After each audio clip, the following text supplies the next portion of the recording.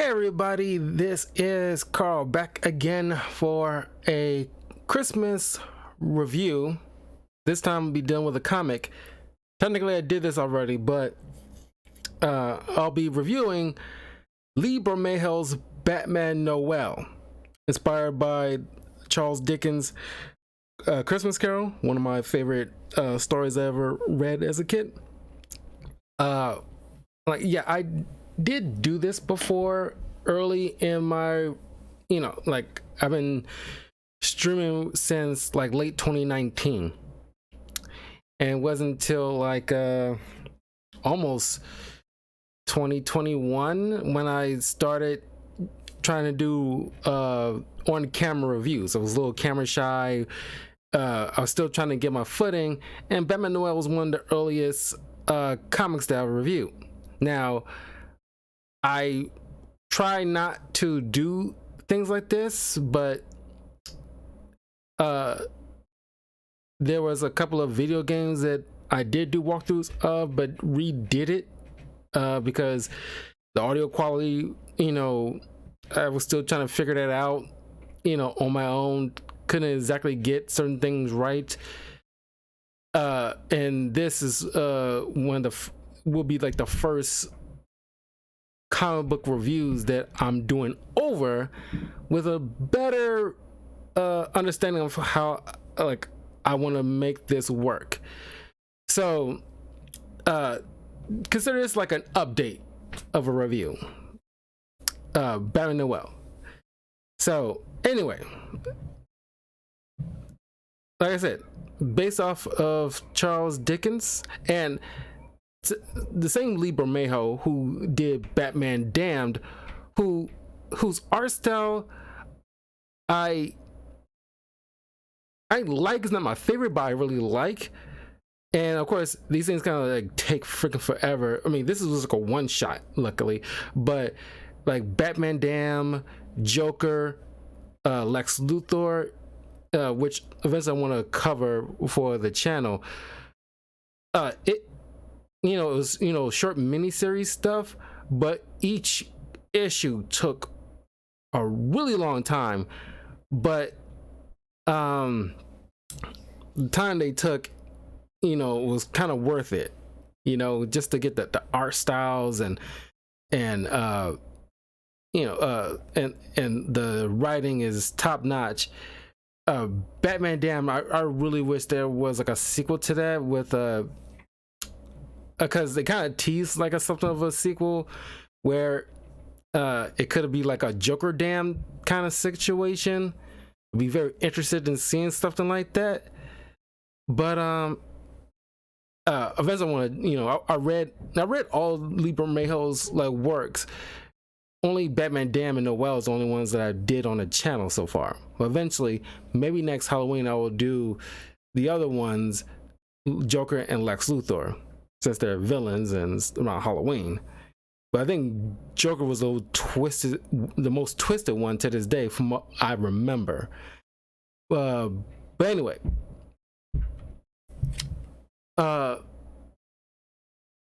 this is, this comic is pretty much being read like almost like a storybook in a way, but in a funny way where this guy named Bob, who's pretty much like the Bob Cratchit of this story, but we don't get a last name. We just know him as Bob. And Bob is trying to make ends meet. He has a young son named Tim, and is not like Tim with a bum leg, but is he's sick in another way, but we'll get to that in a minute. Bob lives in Gotham, and he's telling the story about A Christmas Carol, obviously to his son. And the way he goes about it is very like clunky in a way. And it's like, there's this guy, you see, his name is like, he got a funny name. My father told me, I couldn't remember. I thought he was drunk one time. And it's like, Scrooge, yeah, Scrooge, that guy. It was that kind of speak. It brings one of the cons I have for this story is Bob Cratchit's narration of it. Now I get it, but it just doesn't work for me. I could have, you could have just played it straight, like your typical comic. But I think people would have got the point, because what person other than maybe an infant doesn't know the Christmas Carol?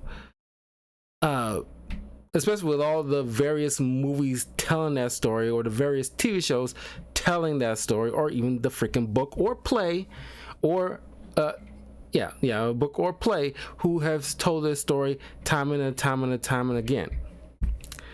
So Bob is pretty much like got needed some money, so he decides, as he's telling us from the narration, that Bob, well, he's not a bad guy, but he got a he's in a desperate situation. He got a kid, you see, and he got to take care of him. It's just him and this kid, and he's living in like a shabby apartment. He got to make sure he got enough to take care of him. And it's Christmas, and he get a nice present and everything like that. So he has to do what he got to, because Bob is, I guess, I don't know, like, it's never specifically what Bob does for a job. If he got like at least a apartment, not a good one, but at least a apartment, clearly with like probably very little heat and only one rinky-dink bed that he pretty much gives to his son to lay on while he sleeps on the floor, that type of thing. And so he starts to work for the Joker as like a bagman, essentially.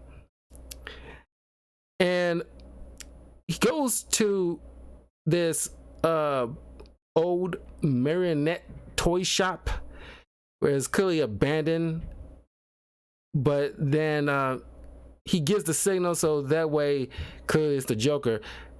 Tosses, he leaves the bag near this open area on the ground. The bag is taken, a big cliche present pops out, clearly holding like a present full of money for him to hold until a later date when the Joker will request him to bring it. But while at this moment, as he got the thing, Batman shows up and pounces on this guy. And this is like a typical, because in this story, Batman is the Scrooge of the narrative. And at this point, Batman is just like screaming and raving mad at this dude, like, where are the drugs going?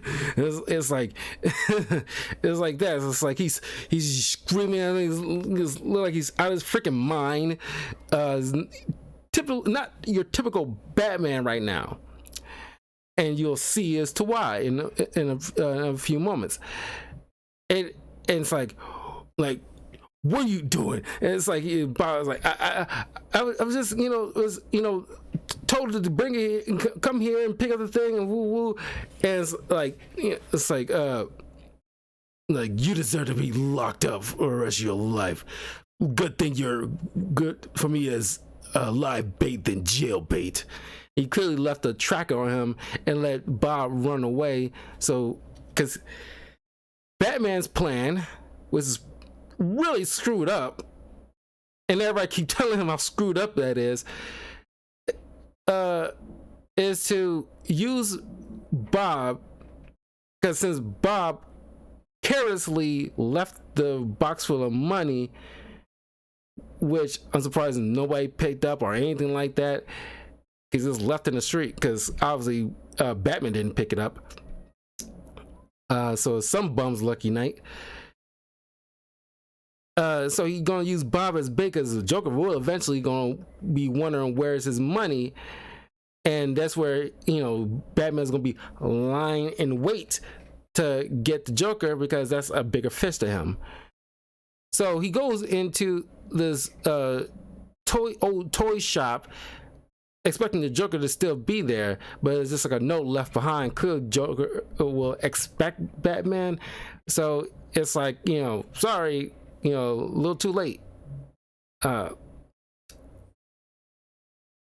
So and pardon certain images, I had to get a screenshot from my phone and upload it, because for some reason the way I normally do, I haven't done this since I started doing like on camera reviews, because after a year I kind of stopped when I figured out a way to do it where it doesn't look all weird. But Bob runs home in a frantic state, where he sees his young boy Tim, who's not sick physically, but sick with optimism and hope. And of course you got that kind of cliche, like, wide-eyed Charlie Brown type of kid. It's like, look, Dad, I made myself a Christmas tree.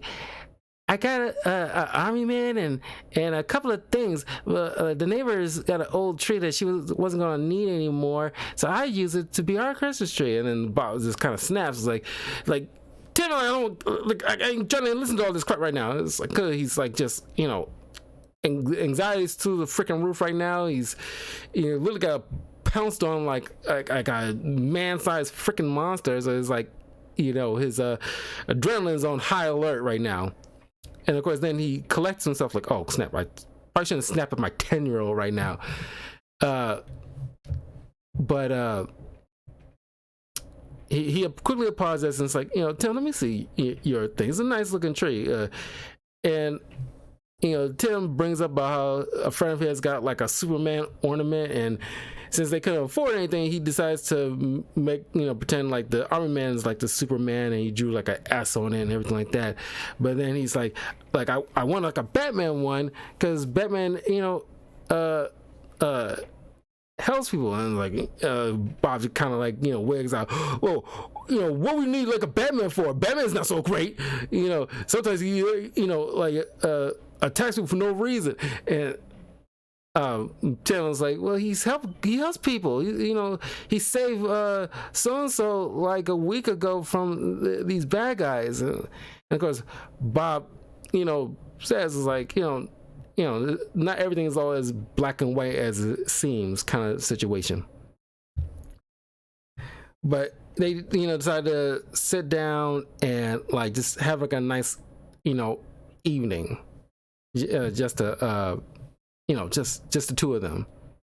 Cause like there's a picture that I noticed that I don't think I ever really noticed before, of clearly like there was a mom, but clearly she probably would have passed away or something like that, so that's why it was just the two of them.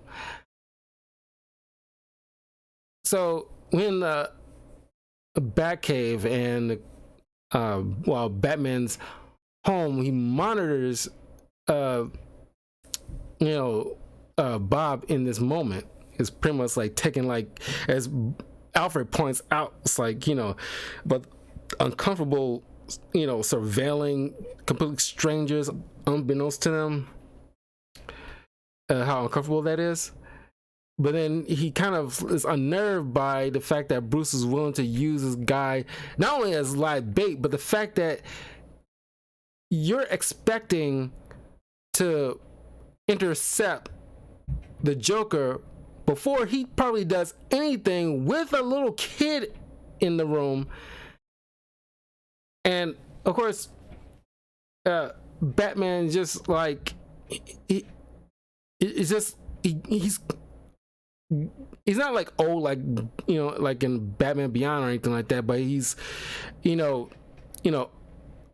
old in spirit. At least he views this kid as a potential future thug that he has to deal with.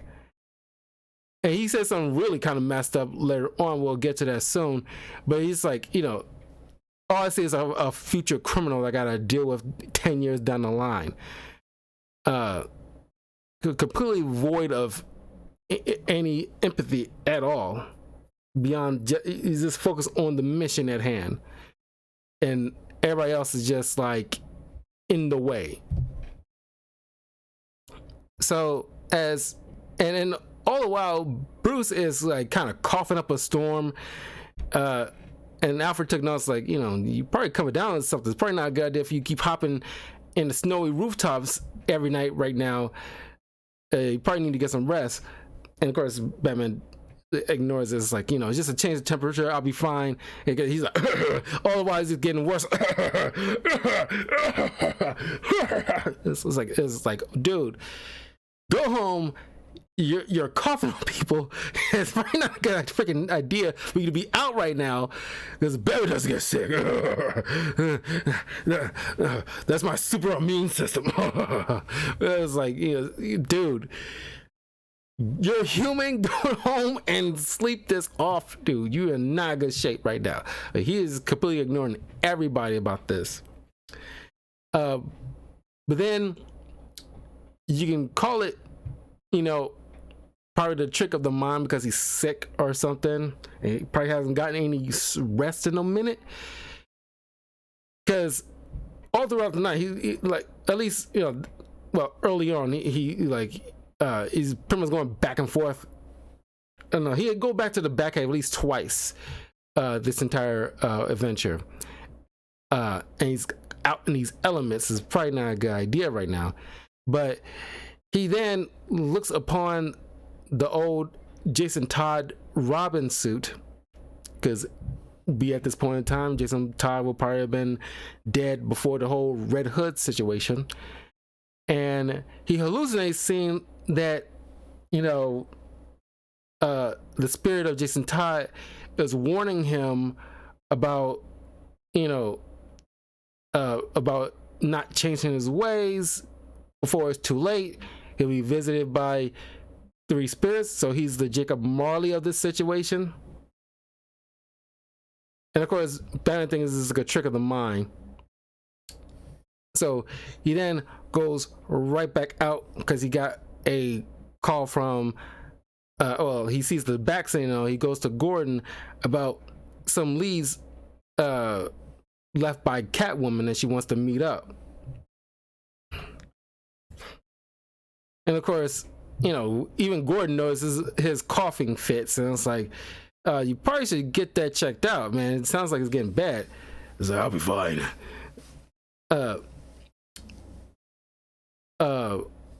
But then he goes to meet up with Catwoman, who he thinks he doesn't even have time for even Catwoman right now. He's just like, I gotta get the Joker. That's only my problem right now. It's like I can't be sitting there going all over the place, answering every, you know, goddamn thing everybody just want to. It's like, this is the important thing right now.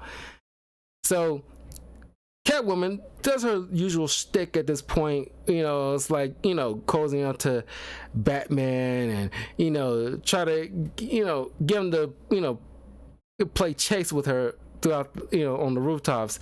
You know, do the whole rigmarole like they usually would have done.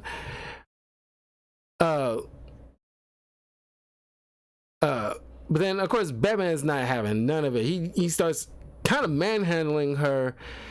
It's like, you know, it's like, you know, like, you think I have time for this? Like, what are you doing? What you want? And of course, it's like, what the heck is wrong with you? It's like, you know, I know you're usually like a grump, but you're more like an old grump than usual. And then you see, uncharacteristically for Batman to say, like, Gordon's a fool. Like, I don't have time for this, because he would never even use those words, like, you know, calling Gordon a fool. He's just like, you know, because he's just like, you know, just have zero patience for everybody right now. And then he's turning his back on Catwoman, and she was like, don't turn your back on me. And then they fight, and then she easily tosses him to the freaking ground. And she was like, wow, you really are getting old. You wouldn't have let me get you that so easily. And she starts, because she's representing the Ghost of Christmas Past at this point, and she starts letting me know about all the good times we had. Like, because you know, many years ago, around the time when Jason Todd was the Robin, he had more hope and optimism. He was a little younger, and like, he used to have more, I wouldn't say have fun. I'm pretty sure not every adventure back then was fun, especially in this panel where, like, you know, when she had like Jason Todd strapped up and like next to a freaking tiger. I doubt that was fun, but they did have this whole playful bat cat situation going on. Clearly, like obviously they liked each other, and it grew since then. But it's, she brings up the fact that like this, we used to do this dance, okay, and but now it's like now you turn to like this old grump of a person. So he chases after her. She hopped up on the next rooftop. She barely makes it herself, but he tries to go after her, not acknowledging the fact that he probably needed to use a grapple to get to the next roof. He just jumped. He touches like a gargoyle, but it was already cracked from Catwoman's grabbing, and he falls to the ground. And he makes it obviously, but it's just like, yeah, he's just like on the ground. He's getting up and he's coughing like like crazy. And then Superman shows up, offering a helping hand. Clearly, at this point, Superman plays the Ghost of Christmas Present, which kind of fits because if you know any of the Christmas Carol stories, Christmas Present is usually this big, radiant type of person, very warm and everything like that. Obviously, this fits perfectly for Superman, being Batman's, in all honesty, probably his closest friend. And of course, the warmth, radiance he exudes is clearly the solar radiation he's storing in his freaking body because of the sun. It kind of keeps him his powers, obviously. And like Batman's like, "Don't you got somebody to save tonight?" And Ben's very casually, Superman's like, "Yeah, you." Cause he said, "I heard you coughing all the way from Metropolis." And it's like, yes, it's like, what, do you keep tabs on your friends that easily, just in case, it's been a while since I, checked on Bruce. Let me, he's coughing up a lot. Let me see what's going on with him. It's like, I wouldn't be surprised if Superman does this every once in a while to check up on his friends, just like every occasion he checks, like, ear out for, like, okay, Wonder Woman's fine, Flash is okay. What about the Green Lanterns? Okay. Hal, Carol, John, Guy, Simon, Jessica, they're cool. It's like Aquaman, he's in the water. Okay, yeah, he's doing something with his wife. Okay, he's good. He does like I would not be surprised he does that from time to time, just in case his friends need like some kind of backup every once in a while. And he x-rays Batman, and he notices like, your lungs are full of fluid, man. You probably need to go home and rest up. And he's like, "I'm fine." And of course, Superman like going away. He want to make sure his friend's okay. Look, let me at least give you a lift to your car. But Bruce is like, okay, one condition. And then he decides to have Superman take him to Bob's house to double check and see if like there's any kind of sighting of the Joker. And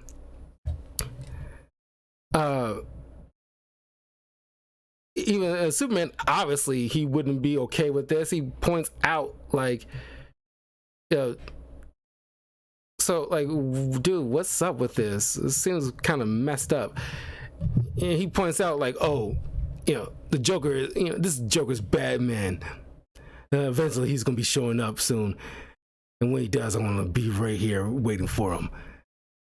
And Superman's like, he knows about the kid. It's like, you sure you're gonna be here in time? Because there's a kid involved now. And he's like, what you gonna do about the kid? It's like, well, Batman's like, and this is really messed up, and it's like unbecoming of Bruce to say something like this about anybody. It's like, after I deal with the Joker, I'm gonna scare that kid, so make sure that he won't like ever do whatever whatever his father got into, he won't do. And Superman's like, okay, whoa, pump your brakes there. That is one idea. Let me offer an alternative to that.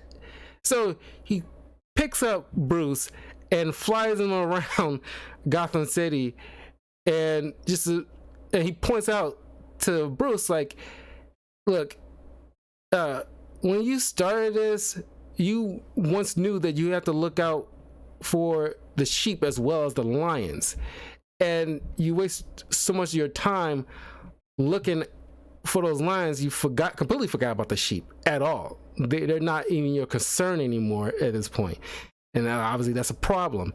There are people here. There's good people in this world. It's not just the bad people that you have to look out for. It's like, that's what I do it's a funny line. It's like, it's funny.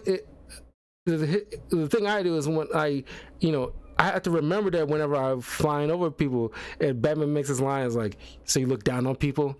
Not clearly that's not the point he's getting across. It's like, Superman always pay attention to the people below. And this is always his main priority, is making sure they're safe above all else. The villains, 9 times out of 10, are secondary.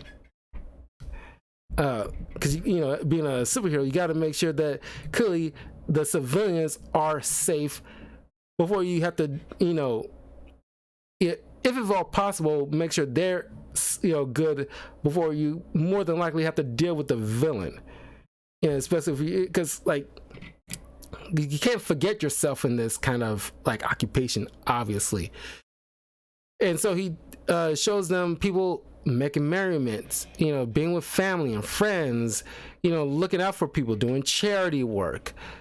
And then he takes them to meet up, to see Gordon while he's at home with his wife, and one of the beat cops that was with him, he offers to bring him in for something, for a hot cup of cocoa to get him out of the elements a bit.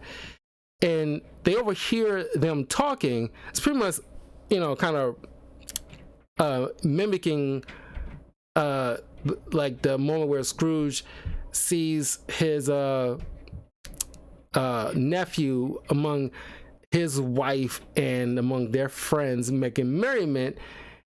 And even though the cop is skeptical on Batman and worrying about okay, how do how can you really trust him, even though he kind of blurs the lines a bit? How can you trust him to not going too far? And Gordon points out, it's like, yeah, that's where he always needs me to be, that kind of kind of like that medicine to keep him anchored a bit, to not forget himself. And just kind of like with Scrooge's nephew, it's like, I'm not going to give him my uncle, he's family, even though everybody else have their doubts about him, and they still raise their glass to Mr. Scrooge, the founder of the feast. Even though he's not here, it's like he's brought his merriment nonetheless, kind of situation. And so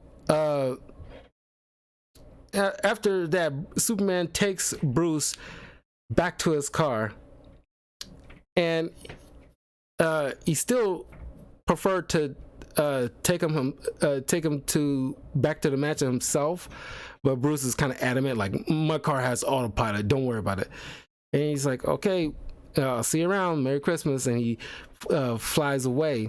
And then as soon as he Bruce unlocks the Batmobile, it explodes, sending him flying. Now, given the fact that Superman earlier just said he heard him coughing all the way from Metropolis, how come, this is part of my other con, I get this because it's purpose of the story, but it's the fact that you didn't fly probably that too far away just yet and not hear from where you came from an explosion, and don't turn it back around to go check on your friend. It's kind of odd to me.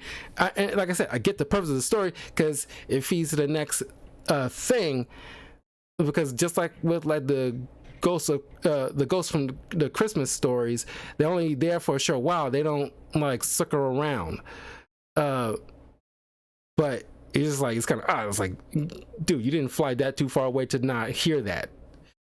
But then the Joker shows up, and the Joker takes an barely conscious Batman to the Gotham cemetery, to a shallow grave with the tombstone scratched, with words scratched on, saying like, "Here lies Batman. He died born and predictable." Because, you know, in the Joker's mind, it's like, okay, clearly you're not the Batman that I know, because the Batman I know, when I have fallen for this obvious trap, it was so obvious that, you know, it would have been insulting to him. And the fact that you fell for it means you're not worthy of my time anymore. I'm gonna leave you dead in a ditch. You're not flying anymore. And like, as I look at it, you can interpret it in all kinds of different ways when you read the story. But the way I interpret this, you know, particular point, because clearly Joker in this point represents the ghost of Christmas future. And the way I look at it, even the Joker in his way acknowledges Batman has changed. He's not the same Batman he used to be. If he was, he would have played this, you know, dance like he always did. He knew the game. And now that he's, in a way, in the story, has pretty much checked out and lost sight of why he became Batman in the first place, it's just like his mission became part of it became his main core, you know, ideology. I mean, was just like the most important thing to him at this point. You know, he forgot his humanity, and that's the whole duality thing with Batman, where it's like, without Bruce Wayne, you know, being part of the Batman, then Batman lose any kind of meaning. You're no different from all the criminals that you go after. You're just a guy with a gimmick, and you're just beating up people, and you don't see the humanity within the muck. So the Joker takes this false Batman, dragged him to an unmarked grave, and buries him alive, because screw this, because he's not Batman to me. And then he goes after Bob to find out what happened to his money. And while Bruce is, you know, buried underneath, he starts to hallucinate images of future Gotham without him in it. And because of how he's been carrying on for a while, leaves a terrible impression and ideology he did not want leave left behind in his wake. You know, because Batman is supposed to be like a beacon of hope and showing normal people, you know, normal citizens, that they can rise above the craziness. It's like you can be better than than your worst selves. You can rise above it and not let one bad day shape who you're going to be in the future. Yeah, well, don't let your bad day or the atrocities or any circumstances tear you down as a people. You can rise above it and be better. But since he just sees like anybody who does anything wrong, you get beaten, you get scared to oblivion, you know, I ain't concerned about making things better or, you know, charity or anything like that. It's just like, you're bad and then you deserve to get beaten on. So now you get this future where most of the population who took the wrong lessons from Batman decides to be, you know, very, you know, very poisoned versions of what Batman wanted the citizens of Gotham to take from him, and decides they to wear like Batman insignias and caps and stuff like that, and take and wear using bats because they're Batmen, and decides to see like, oh, anybody's doing anything they deem wrong, they get beat on, while you get other people who took on the ideology of the Joker and decides like, oh, okay, Gotham's just freaking crazy, so I might as well be crazy myself and just let it turn into utter chaos. Everything's on freaking fire, everybody's fighting each other, innocent people getting hurt in the mix, and there's no order at all, and everybody just killing each other. And Bruce's closest friends like Gordon is being brought up on charges for aiding and abetting a known criminal. He's being sent there for 30 years. All of Bruce's assets and everything like that is getting sold off in auction, while a sorrowful Alfred looks afar in just sadness, because like everything's just like without Batman, everything's just like gone pear-shaped. And that's when like Bruce finally let it sink in, like, I do not want my where I was in life, I do not want that to be like the end all be all, with nobody caring for me, and all my ill wills is affecting everybody. It's like I can't let that be my last mark on the world. I want to be better. I want to be better. I want everybody to like learn the positive lessons from Batman, not the worst lessons. So he crawls himself out of the grave, in a way reborn, and going after the Joker. That's when he shows up at Cratchit's house, and he's doing this whole, jokes about the board game Clue. And Tim opens up the door thinking it's Santa Claus, and it's the Joker pulling out, tools. It's like, the Joker is in the room with the lead pipe kind of situation.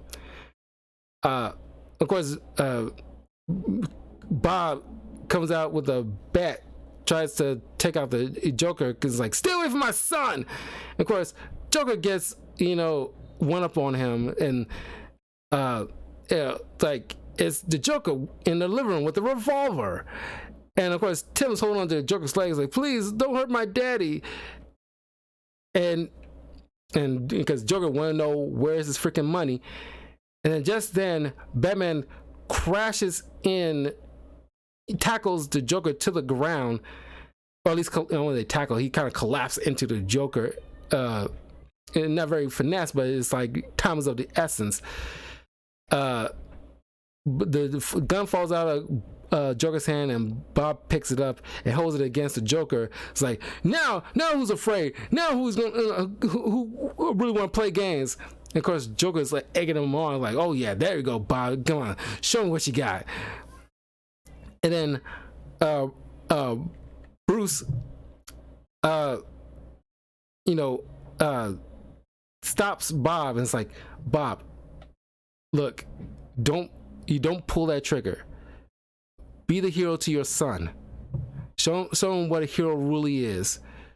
And this is what Batman always should be. He what's the word? He has to de-escalate the situation, not exacerbate it. It reminds the good people in the world that they're not their worst demons. They can rise above it. Don't let the Joker turn you into something you are not, and definitely don't do it in front of your son. Show him, like, don't, because Tim's supposed to represent the optimism in Gotham, which is foreign for the most part. I wouldn't say foreign, but it's like, Gotham's just like a focal point of craziness sometimes. But there are good people there, and he's like the representation of that hope in Gotham, what Gotham could be if it's not completely tarnished by the scum in the city. So Bob puts down the gun, and the Joker is eventually hauled off to prison. Then is a show of his new outlook on life. Bruce, make sure Bob gets a nice job at Wayne Enterprises. Don't know what position, maybe like security at the Wayne Enterprises. It looks like he's wearing like a security guard's uniform with like a 401k. He has like with benefits, PTO. He sends sends over an actual legit Christmas tree with nice ornaments and like a nice Christmas turkey or goose or whatever. Make sure like Bob gets not only the Bob gets out of the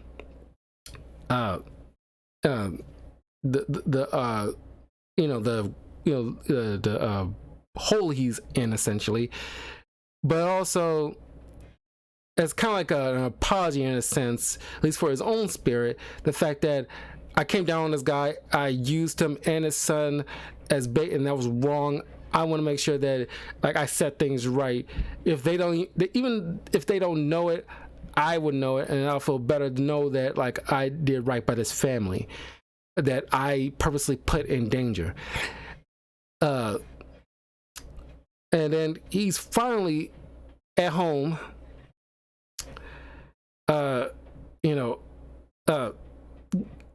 getting some much needed rest, taking his medicine, and having a nice Christmas with Alfred.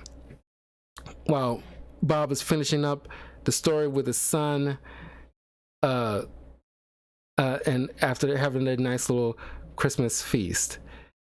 And the story ends. It's probably the most nicest endings of a comic book. It's one of my favorite nicest endings of a comic that I've read. It's just, it's nice and clean. Dare I say, ties it up with a nice little bow. And that's pretty much like Batman Noel. Like I said, there's only, a couple of cons I had with this. But they don't really mess up the entire story for me. Clearly, like the whole Bob's narration, I could have lived without it. It doesn't hurt the story all that much, but it's just his janky storytelling. It's like you gotta push through that. And then the whole Superman thing just barely taking off, but not hearing the bomb going off right, not too far behind where he just flew from. It's kind of odd. He doesn't just circle back just to check on his friend. But I think that's the whole point of the narrative. But yeah, it's like a really, really good story. One of my favorites, Batman Elseworld stories that I've ever read. It's one of my favorites. But yeah, that was Batman Noel. If you read this before, let me know what you thought of it. But the art is amazing. God, I wish we had more Lee Bermejo stuff, because it's like his storytelling is just phenomenal. And Batman in a snowy Christmas setting in Gotham is just or it doesn't have to be Christmas, but just like a snowy Gotham always looks great. And that's how Batman Arkham Origins, I love the look of that, because Batman sat around Christmas in a snowy Gotham landscape, and it always looks good, especially when it's at night. It always looks good to me. And when I read Batman stories, I like reading it at night because it's kind of fitting for me. But man, one of the best holiday stories. Currently, there is a new Batman Christmas story that just started with him and other. I'm not sure how it's gonna go, but it seems like random superheroes coming in to help out with Santa Claus dealing with what appears to be maybe Krampus or something like that. It's only the first issue, but I think it's only going to be 4 issues. Don't know if the writer's going to finish it up this month. Hopefully they do. because if they do, I will do another Christmas spoiler review comic this month. If not, I'll probably just have to wait until next month to do it. I mean, not next month, next year to do it. But yeah, I will see you guys in a few minutes for a spoiler review of season 2 of Yu-Gi-Oh! Zexal. So look forward to that. And later on tonight, I'll be getting back into some more Diablo 4 and Overwatch. So I will see y'all soon. Take care.